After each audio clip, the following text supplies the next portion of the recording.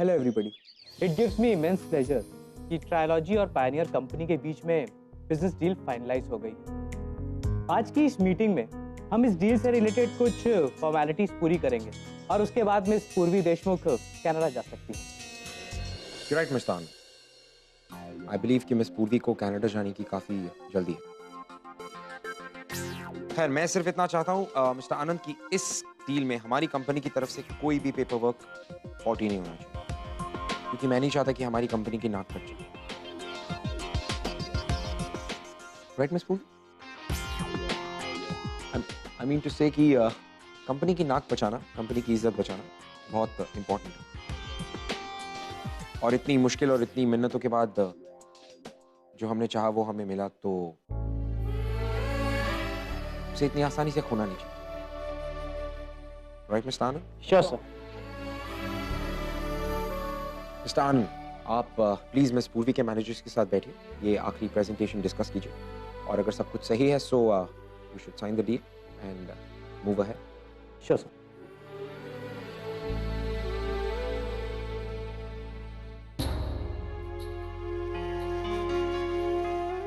सो congratulations. आज हमारी दोनों कंपनीज की इस पार्टनरशिप का पहला दिन, शायद तुम्हारी और मेरी जिंदगी की पार्टनरशिप का आखिरी।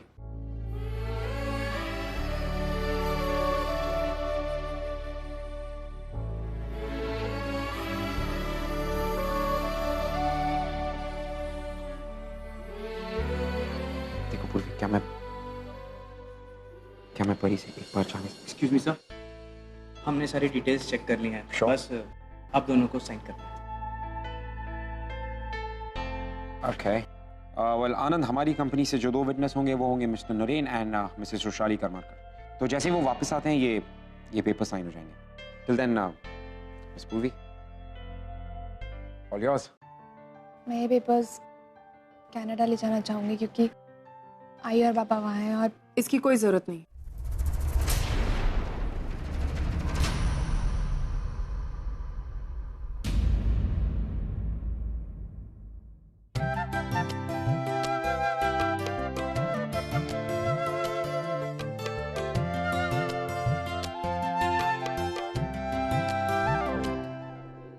कैसे हो Arjun? I am sorry Arjun, मैं इस तरह तुम लोगों की मीटिंग के बीच आ गई, लेकिन ट्रिलॉजी की एमडी होने के हक से मैं कुछ फैसले ले सकती हूँ। इसलिए प्लीज तुम इन सब लोगों से कह दो कि ये डील साइन होगी, लेकिन कुछ दिनों बाद। आई, लेकिन मैंने परसों के कनाडा के टिकट्स भी बुक करवा दिए, मुझे वापस जाना है। पूर्वी, अभी हम कनाडा नहीं जाएंगे, अभी हम कुछ दिन यहीं रहेंगे। लेकिन आई तो ये डिले क्यों करवा रही है? और तू इस तरह अचानक, क्या मुझे बताया भी नहीं? बस बस, कितने सवाल पूछेगी? सारे सवालों के जवाब दूंगी, लेकिन बाद में। और मैं अकेली नहीं आई हूँ, हमारी पूरी फैमिली मेरे साथ आई है। घर चल के सबसे मिलने। अर्जुन, ये पेपर्स हम कुछ दिन बाद पढ़ लेंगे और इन्हें साइन कर देंगे। चले पूर्वी?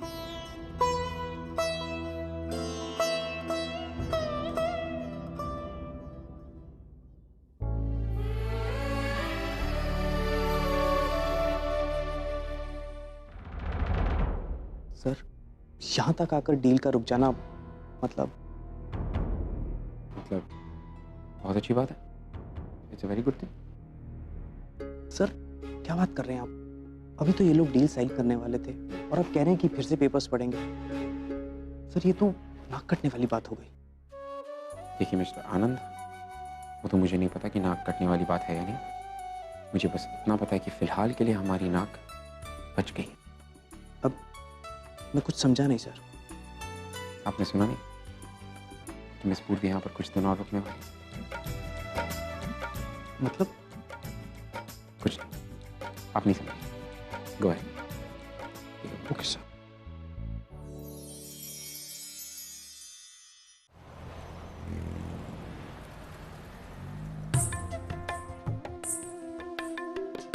भाई आज भी ये घर बिल्कुल वैसे का वैसा ही है ना। कनाडा में वो बात नहीं है ना। अच्छा बाबा कहाँ है? बाबा बाबा। पूर्वी मालव्या नहीं है, वो बैंगलोर गए काम से।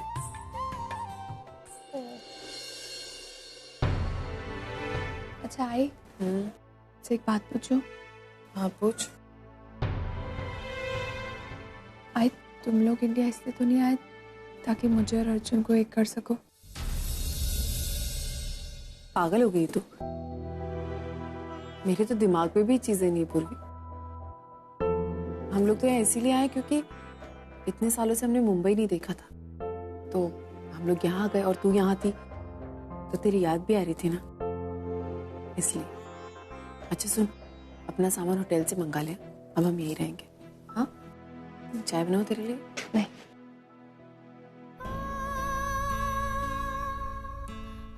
अगर तुझे सच बता देती तो तू आज रात को ही फ्लाइट पकड़ कर कनाडा चली जाती।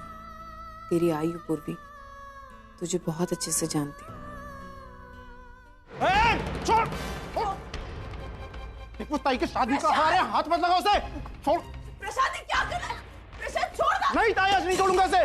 प्रशांत क्या कर रहा है? ताई पहले तो पापा ताई पहले सिर्फ हमारे पैसे चुराता था, लेकिन अब शादी के गहने भी। प्रशांत ने छोड़, प्लीज मैं तुझसे कह रही हूँ, वो हमारे पापा है। ये समझ कर रखा है, पाल पोस के बड़ा के तुम लोगों को ऐसे थोड़ी जान देंगे। चल अपना घटिया है सब अपने पास रख, समझा?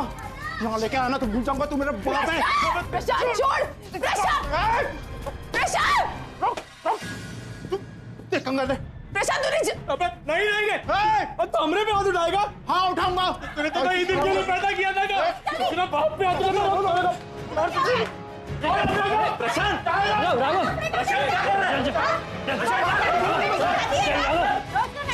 दो दिन के बाद बेटे की शादी, लेके जाओ इसे।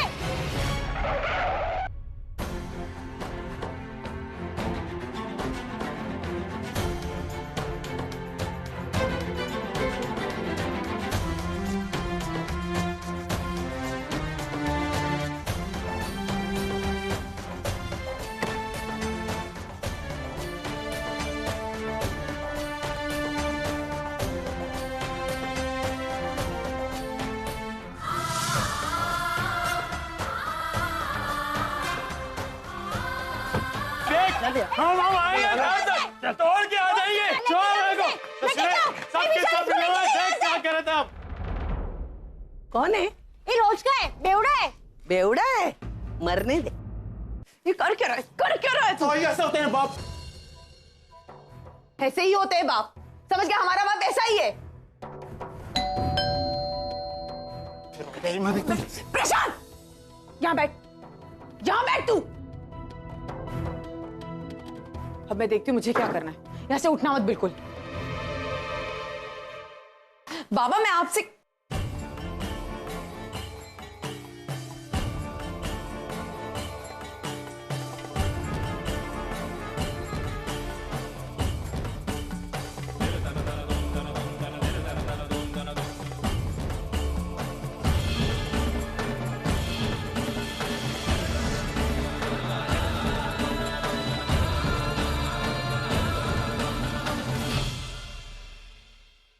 अगो भाई, अगो काय गए?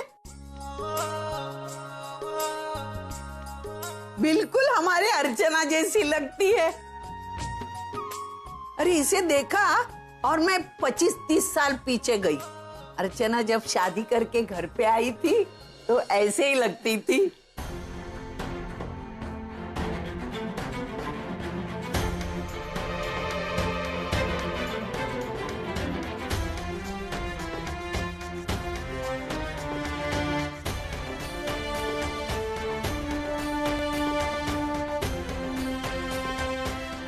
ताई, ये तो बिल्कुल तेरे जैसी है।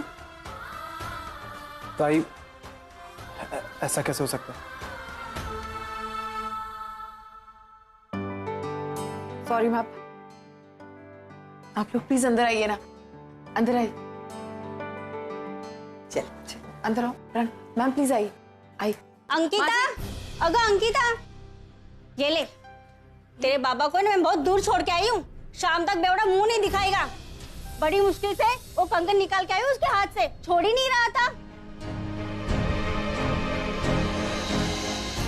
मैंने बोला था ना, क्या तुम्हें? मैंने विशाल और रमेश अन्ना को बोलकर रखा है, जब भी घर में कोई रस्म होगी ना तो उसको यहाँ आसपास भटकने नहीं देंगे। थैंक यू काकी। वो अंकिता बड़ी मुश्किल से मिलती है इतनी भाग्यशाली बेटी।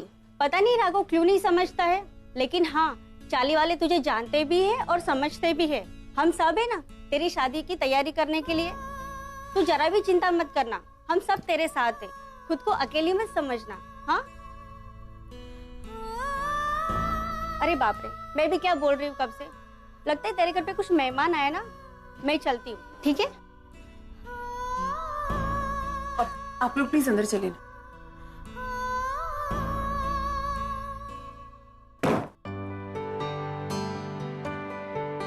चेयर ले क्या? अरे बेटा रहने दे, ये बैठ जाएगी इधर।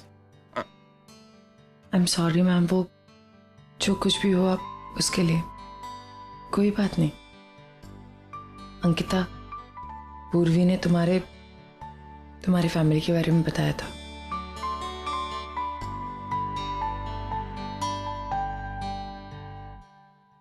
मैम ये मेरी छोटी बहन है सोनू। सोनू नमस्ते करो। ये प्रणव, ये मानसी और ये प्रशांत। मानसी जा चाय लेकर आ जल्दी। चलो तुम लोग भी अंदर जाओ।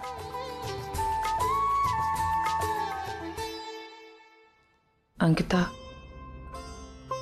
कुछ कहना है तुमसे? जी मैम।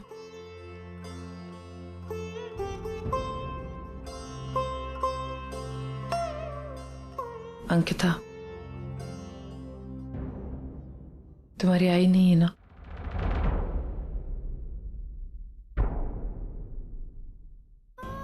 मैं जानती हूँ कि ऐसे वक्त में अगर आई बाबा ना हो तो कितना अधूरापन लगता है। और इसीलिए मैं और मेरा पूरा परिवार यही चाहता है कि हम तुम्हारा अधूरापन दूर करें। हम तुम्हारी शादी की सारी जिम्मेदारी लेना चाहते हैं।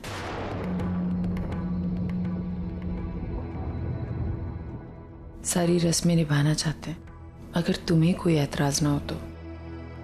नो मैम, इसकी कोई जरूरत नहीं है। प्लीज मैं बेटा ये बिल्कुल मत समझना कि हम तुम पर एहसान कर रहे हैं, बल्कि हम तो तुम्हारे जरिए अपने अतीत को फिर से जीना चाहते हैं। और मैं तुम्हें मेरी बेटी को देख रही हूं। तुम्हारी शादी हम देखेंगे तो अर्चना और मानव की शादी की यादें फिर से ताजा हो जाएंगी। क्यों सविता दी? हम तुम्हारी शादी करेंगे और तुम्हारी शादी में बहुत धमाल करेंगे, डांस करेंगे, खाएंगे पिएंगे, बहुत मजे करेंगे, है ना तेजू? और तुम्हारी शादी करते करते हमें हमारे अर्चना और मानव की शादी की याद आ जाए। देख अब ज्यादा सोच मत। अरे बापा की यही मर्जी है, समझे ना?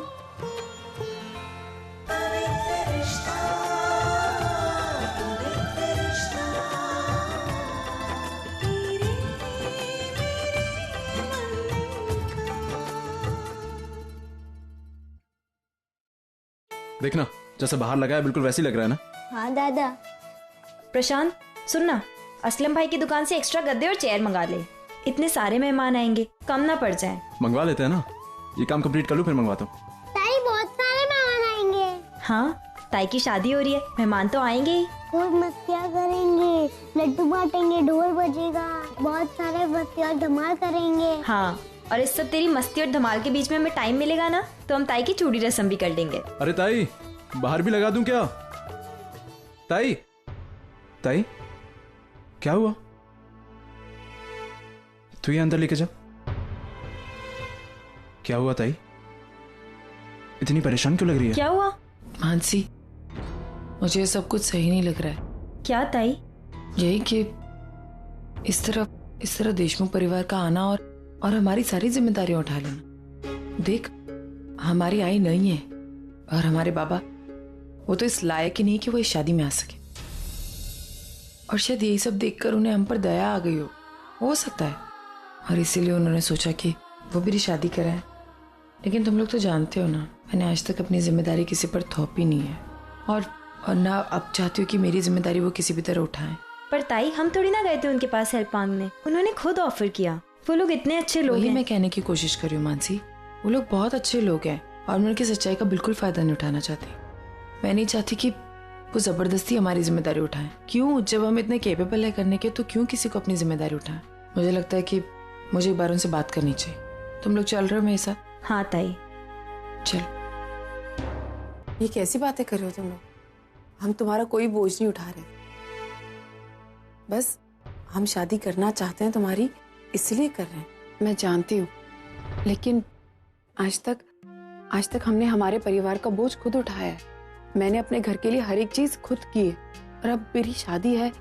मैं नहीं चाहती हूँ मैं किसी पर जबरदस्ती अपनी जिम्मेदारी डालूं। आप बहुत अच्छी हैं, लेकिन पता नहीं क्यों मुझे ये सब कुछ बिल्कुल ठीक नहीं लग रहा है, इसलिए। अंकिता बेटा, कुछ सवालों के जवाब नहीं होते। कुछ बातें ऐसी होती है जो समझाई नहीं जाती, महसूस की जाती है। 2 मिनट के लिए तुम मेरी जगह आकर देखो तो तुम्हें पता चल जाएगा कि मैं ये शादी क्यों करवाना चाहती हूँ। 50 साल पहले मैंने अर्चना की शादी करवाई थी। आज 50 साल के बाद तुम हमें मिली हो, तुम्हारी शादी होने जा रही है, तुम्हारे आई बाबा भी नहीं है, तो फिर हमने सोचा कि हमने तुम्हारे परिवार वाले बनकर तुम्हारी शादी करवाई। शायद बापा की भी यही मर्जी। अंकिता, कन्यादान के इस रस्म से हम हमेशा के लिए एक दूसरे से जुड़ जाएंगे, तो फिर तुम क्यों मना कर रही हो बेटा? मैम, मैं आपकी फीलिंग समझती हूँ और उनकी कदर भी करती हूँ, लेकिन आप भी प्लीज समझने की कोशिश कीजिए। आप लोग प्लीज मेरी शादी की चिंता छोड़ दीजिए, और हाँ, मेरी शादी में जरूर आइएगा। नरेंद्र सर ने आप लोगों को इनवाइट किया था और मैं चाहती हूँ आप लोग आए, मुझे बहुत अच्छा लगेगा। अंकिता, तुम्हें पता है, कन्यादान दुनिया का सबसे बड़ा पुण्य है। ऐसा कहते हैं जो कन्यादान करते हैं उन्हें बहुत सारा पुण्य मिलता है। इसलिए ऐसे समझ लो कि मैं तुम्हारे लिए नहीं, अपने लिए कर। प्लीज मना मत करो। अंकिता, माझं ऐक, मुलीला तिचं हक्काचं घर मिळवून देणं ही खूप मोठी गोष्ट असते। तुझ्या लग्नाने आम्हाला सगळ्यांना खूप समाधान मिळे। मैंने अपनी जिंदगी में अपनी तीनों बेटियों की विदाई देखी है। अब फिर से एक बार ये खुशी महसूस करना चाहती हूँ, तो मना मत करना।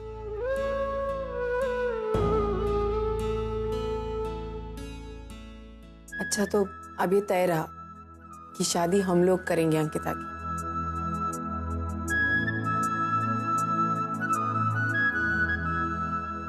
Thank you.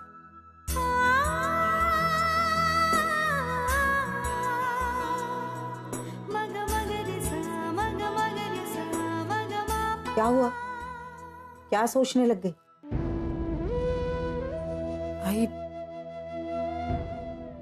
आई पता नहीं क्यों मुझे अंकिता कहीं ना कहीं खुश नहीं लग रही।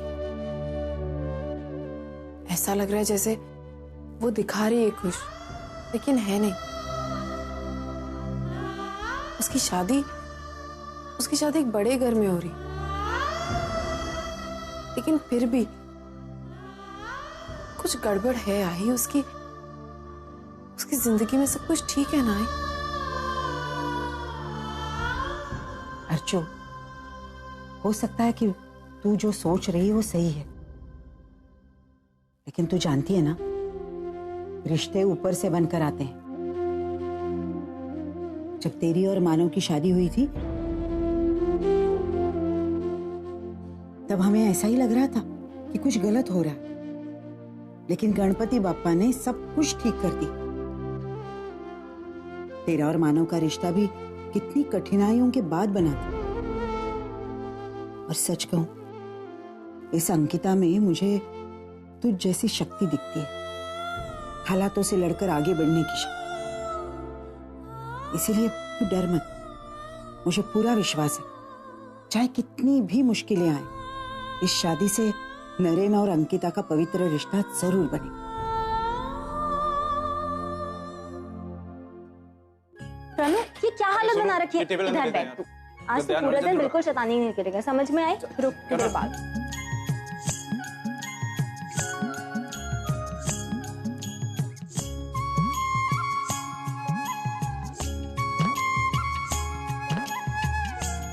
अंकिता मैम, और विशाली मैम ने कुछ गिफ्ट भेजे हैं आपको। और भी ताई इतने सारे गिफ्ट। ताई ये सोनू का होगा ना? इसको मत खोल, वो सो रही है ना, गुस्सा हो जाएगी। ताई चॉकलेट। ताई ये देख। ताई देख कितने सारे कपड़े। ताई मेरे कपड़े देख।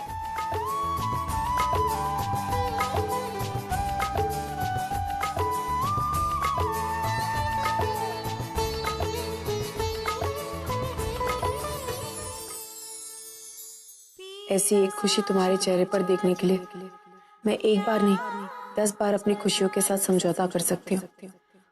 तुम लोग खुश रहो और कुछ नहीं चाहिए मुझे। अब बस किस्मत थोड़ा सा साथ दे दे और शादी होने तक नरीन की सच्चाई तुम लोगों के सामने ना आए, क्योंकि मैं जानती हूँ तुम लोग कभी उसे एक्सेप्ट नहीं कर पाओगे और मैं तुम सबके सपने, तुम सबकी खुशियां ये कभी छीनना नहीं चाहती।